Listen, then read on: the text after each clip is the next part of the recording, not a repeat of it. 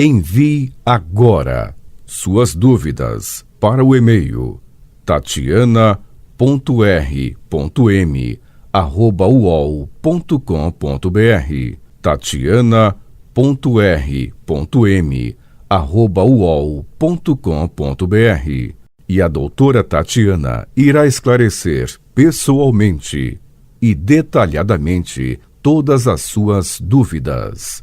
Ligue em São Paulo para 34 39 85 85. Repetindo, 34 39 85 85. Estamos com mais um programa Leis do Sucesso e hoje a gente vai esclarecer assim algumas dúvidas que são muito comuns. Então, por exemplo, eu nunca tive a carteira assinada, nem contribuí para o INSS. Eu posso me aposentar mesmo assim? Não. Para se aposentar pelo INSS ou para você ter acesso a qualquer um dos benefícios pagos pelo órgão, à exceção do LOAS, BCP, que é o benefício de prestação continuada, fora esse, você precisa ser um segurado do Instituto. E para ser um segurado, é necessário pagar as contribuições. Então, isso acontece porque o INSS é uma sigla do Instituto Nacional do Seguro Social e, portanto, considerado uma seguradora pública, né? Então, essa seguradora, ela oferece benefícios previdenciários a título de aposentadorias e pensões, além de benefícios de auxílio-doença e outros para momentos em que o cidadão fica impossibilitado de exercer suas atividades laborativas ou cotidianas. Então, para receber aposentadorias e benefícios do INSS, é preciso você ter a qualidade de segurado. Além disso, cada benefício do INSS tem seus requisitos. Bom, quais são os requisitos da aposentadoria por idade? No caso da aposentadoria por idade, esses requisitos são os seguintes. Para quem já tenha começado a contribuir antes da reforma de 2019, os requisitos mínimos para se aposentar são: para homens e mulheres, carência mínima de 180 contribuições, 15 anos, idade mínima para os homens de 65 anos. Para as mulheres, a idade mínima é de 61 anos e 6 meses agora em 2022. A partir de 1º de janeiro de 2023, a idade mínima das mulheres subirá para 62 anos de idade. Para quem só começou a contribuir após a reforma de 2019, homens, comprovar carência mínima de 240 contribuições, 20 anos, e ter idade mínima de 65 anos. Para as mulheres, comprovar a carência mínima de 180 contribuições, 15 anos, e ter idade mínima de 61 anos e 6 meses em 2022. A partir de 1º de janeiro de 2023, a idade mínima das mulheres subirá para 62 anos. Dessa forma, só é possível requerer aposentadoria por idade a pessoa com a idade e o tempo de contribuição necessário para pedir esse benefício. Quem não cumpriu nenhum desses requisitos terá de começar a contribuir para poder se aposentar. É possível recolher em atraso para poder me aposentar? Bom, para contribuir em atraso, você tem que provar que trabalhou, que você não contribuiu na data, o que implica, inclusive, em multas pesadas. É complicado. Bom, e o que é possível fazer para se aposentar, então?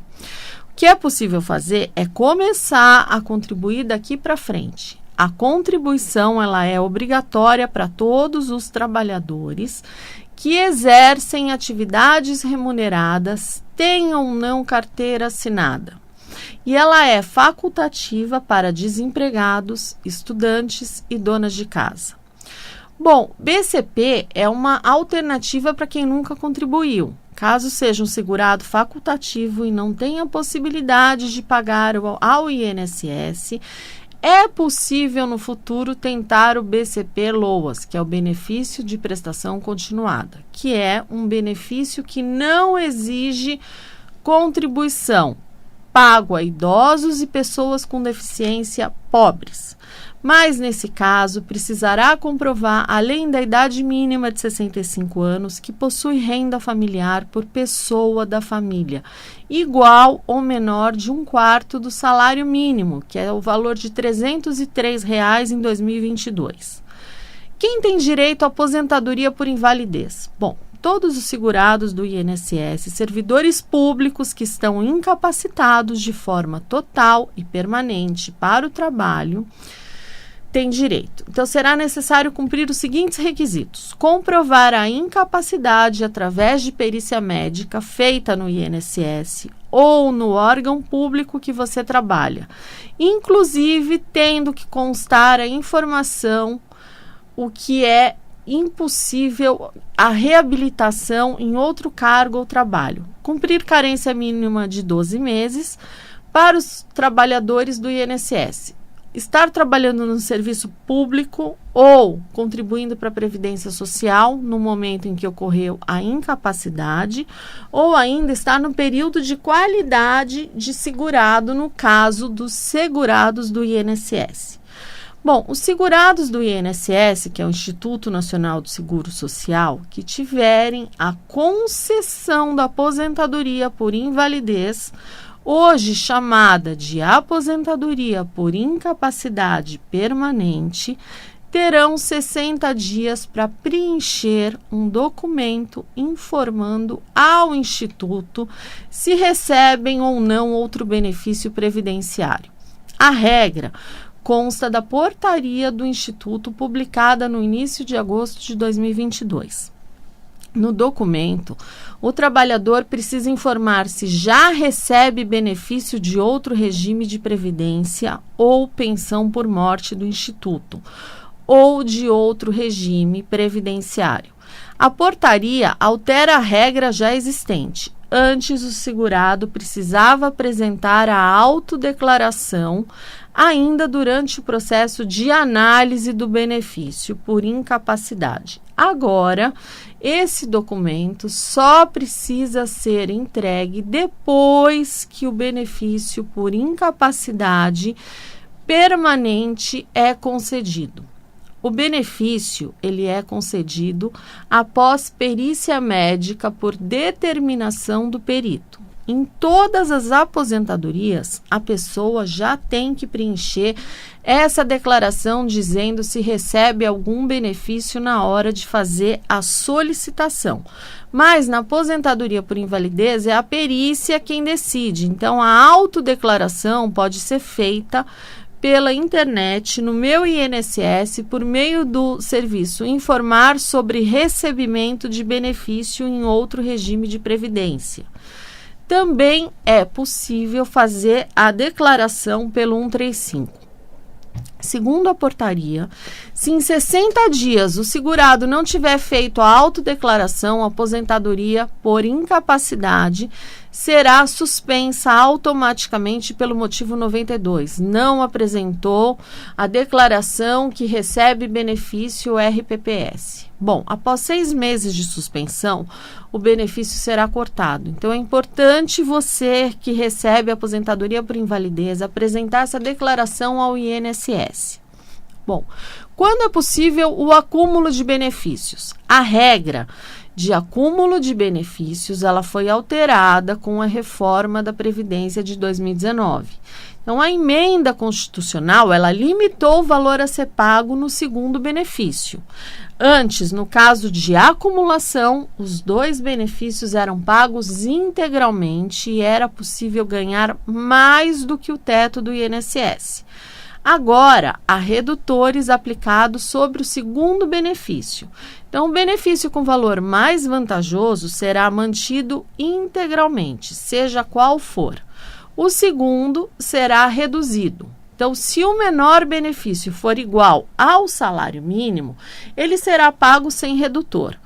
Podem ser acumulados aposentadoria do INSS mais pensão do INSS, aposentadoria do servidor público mais pensão do INSS, aposentadoria do INSS mais aposentadoria do servidor público, aposentadoria do INSS mais pensão do servidor público e aposentadoria do INSS ou de servidor mais pensão militar. Bom, quais são as doenças graves que dão direito à aposentadoria por invalidez? Tuberculose ativa, lepra, alienação mental, câncer, cegueira, paralisia irreversível e incapacitante, cardiopatia grave, mal de Parkinson, espondiolartrose anquilante, nefropatia grave, estado avançado da doença de Paget, que é a osteite deformante, síndrome da imunodeficiência adquirida AIDS, contaminação por radiação com base em conclusão da medicina especializada e hepatopatia grave. Então, esse rol de doenças dispensa o requisito da carência no INSS. Não são apenas essas enfermidades que geram o direito à aposentadoria por invalidez. Bom, o que é o auxílio acidente? O auxílio acidente, ele é um benefício indenizatório que ele é pago pelo INSS aos segurados que sofrem qualquer tipo de acidente que resulte em sequelas, reduzindo assim sua capacidade de trabalho.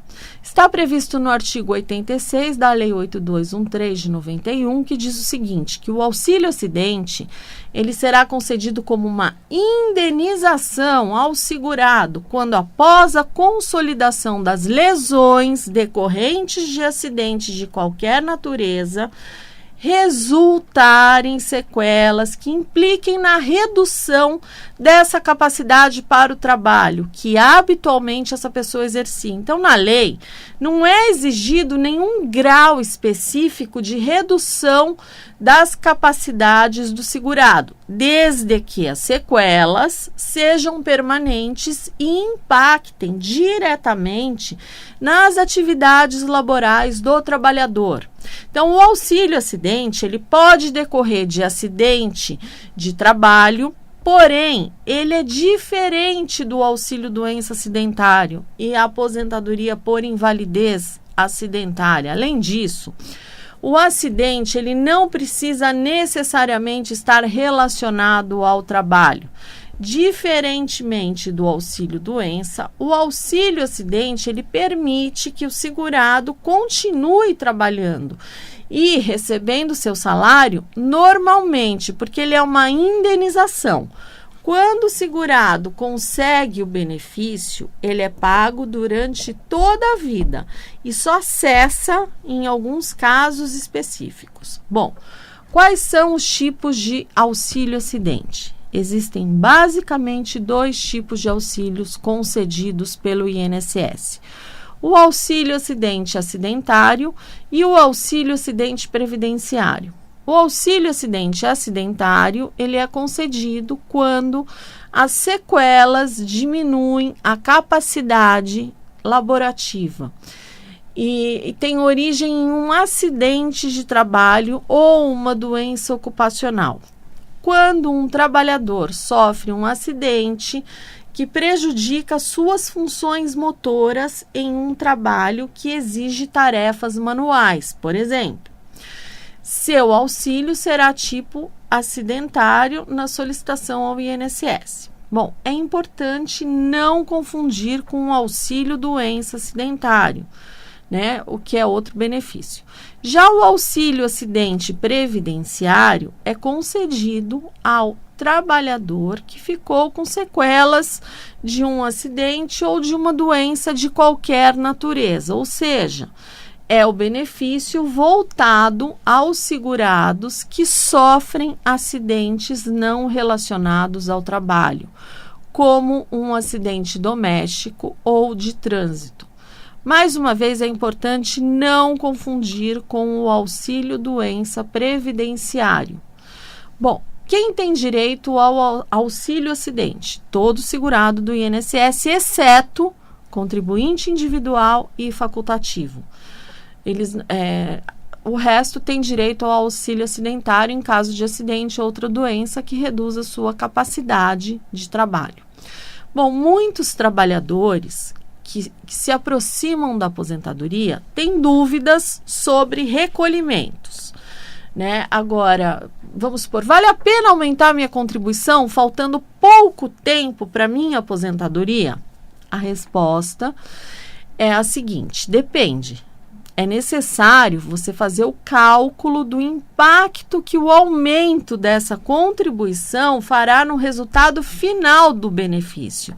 Então, a gente tem que lembrar que com a reforma da Previdência, que foi promulgada em 2019, o cálculo da aposentadoria passou a considerar a média de 100% de todos os salários de contribuição de julho de 94 em diante. Assim, você aumentar a contribuição faltando pouco tempo, talvez não faça diferença significativa na média final. Você vai acabar jogando dinheiro fora. Bom, a empresa onde eu trabalhei faliu. E agora? Para fins de aposentadoria, é necessário você ter um indício de prova material contemporânea à época da atividade, como carteira de trabalho, ficha de empregado, recibos de pagamentos. Se o período de trabalho está no sistema do INSS, no CNIS, mesmo que a empresa tenha falido, o tempo será considerado. Somente será necessário buscar documentos se o vínculo estiver rasurado na carteira ou informações estiverem incompletas no CNIS. Caso não estejam completas, peço extrato analítico do FGTS na Caixa. Outra dúvida muito comum é a seguinte: se eu morrer, os meus herdeiros vão continuar tendo que pagar o meu empréstimo consignado? Bom, vai ser descontado da pensão por morte que eu deixar ao meu marido e aos meus filhos? Se tiver dependentes habilitados, a pensão por morte, sim, a dívida poderá ser cobrada dos herdeiros. No entanto, quando você solicita a pensão por morte, o benefício concedido para os dependentes sai livre do desconto do crédito consignado. O que pode ocorrer é a instituição financeira credora cobrar os herdeiros do segurado falecido de outra forma. Nesse caso, é importante você conferir se houve a contratação de seguro prestamista, que quita a dívida em caso de morte. Então, é comum, no caso dos idosos, o seguro estar incorporado ao contrato de empréstimo. Bom, eu posso me aposentar e continuar trabalhando e recolhendo ao INSS? Isso vai aumentar o valor da minha aposentadoria depois? Bom, ao se aposentar, a pessoa pode continuar trabalhando, desde que seu benefício não tenha sido concedido por invalidez. Porém, os recolhimentos feitos ao INSS após se aposentar, eles não serão contados para aumentar a renda do beneficiário. Durante muito tempo, recolhi sobre o teto do INSS. Hoje recebo um pouco mais de um salário mínimo. Qual a razão? Bom, o motivo de um aposentado que pagou contribuições maiores receber um pouco mais do que o salário mínimo vai depender do cálculo da aposentadoria. Então, pode ter sido aplicado o fator previdenciário, que é um redutor de benefício de quem se aposentou jovem, mesmo após anos de trabalho. Os recolhimentos maiores também podem ter sido feitos antes de julho de 94. Então, é preciso fazer uma análise para saber se o cálculo da renda inicial está certo ou errado. Além disso, os reajustes dos benefícios maiores nos últimos anos têm considerado apenas a reposição da inflação. Então, por um período, o mínimo teve um aumento maior, um ganho real. Então, isso gerou um achatamento da renda de quem ganha mais. Tá? Então, isso aconteceu durante um bom tempo. Então, muita gente aí sentiu essa diferença. Bom, vocês podem entrar para acompanhar os programas que eu gravo toda semana aqui pela rádio. Vocês podem entrar no YouTube, Tatiana Ragosta. Tem lá um sininho, você vai lá, você pode se inscrever para que você possa acompanhar. Toda vez que eu gravo um programa aqui, eu já coloco lá e você acompanha, porque às vezes o horário que está na rádio você não conseguiu acompanhar determinado dia por sei lá o que, então você vai lá e acompanha. Outra possibilidade é você entrar no Facebook Leis do Sucesso, onde eu também posto os programas feitos aqui pela rádio. Existe outros canais, né, outras redes sociais, que é no Facebook e no Instagram. Você pode acompanhar, Tatiana Ragosta, você acessa e lá vai ter 2 vezes por semana, eu coloco aí novidades sobre legislação, o que acontece, artigos para que você possa se inteirar, porque assim, a gente tem muita alteração em pouco tempo. Tivemos a reforma que mudou praticamente tudo, essa reforma da Previdência em 2019, então assim, a matéria previdenciária, ela é uma matéria que ela muda muito, então toda semana sai uma instrução, a gente sempre tem novidade, tá? Tem um julgado novo, então assim, é uma matéria que ela muda. O pessoal fala, mas você está há 7 anos na rádio, você fala só de previdenciário? Eu falo, não é só, é tudo isso, porque já mudou tanta coisa. Às vezes eu me pego assim, nossa, da época que teve isso, teve aquilo, ia ter a reforma, depois não teve. Então, assim, tem muita coisa, é muita matéria. E claro, quem não tá, a pessoa trabalha, ela não tem tempo de acompanhar. Então, é importante, de vez em quando, você olhar, você ver como é que tá, porque isso daí certamente vai te afetar num determinado momento. Ao menos que você fale, não, eu não trabalho, eu não recolho, eu não quero saber, ok. Mas fora isso, a grande maioria paga. Então, a grande maioria é importante, porque às vezes a pessoa começa a contribuir no final, eu vou pôr muito dinheiro no final, porque no final, aí eu vou me aposentar. Isso não se usa há mais de 20 anos, mudou a lei. Então, se você jogar o dinheiro no final, você vai perder dinheiro, não vale a pena. Então tem que fazer um planejamento, ver como é que está a sua média para você saber com quanto você tem que contribuir. Porque aí o dinheiro que você investe aqui, faça um outro investimento que no final vai ser muito mais lucrativo para você, o custo-benefício vai ser maior. Então é importante você estar atualizado, é importante você ter conhecimento de como andam as coisas. Bom, essas são as minhas dicas de hoje. Eu vou me despedindo de vocês. Fiquem com Deus e até o próximo Leis do Sucesso. Envie agora suas dúvidas para o e-mail tatiana.r.m@uol.com.br tatiana.r.m@uol.com.br. E a doutora Tatiana irá esclarecer pessoalmente e detalhadamente todas as suas dúvidas. Ligue em São Paulo para 34 39 85 85. Repetindo, 34 39 85 85.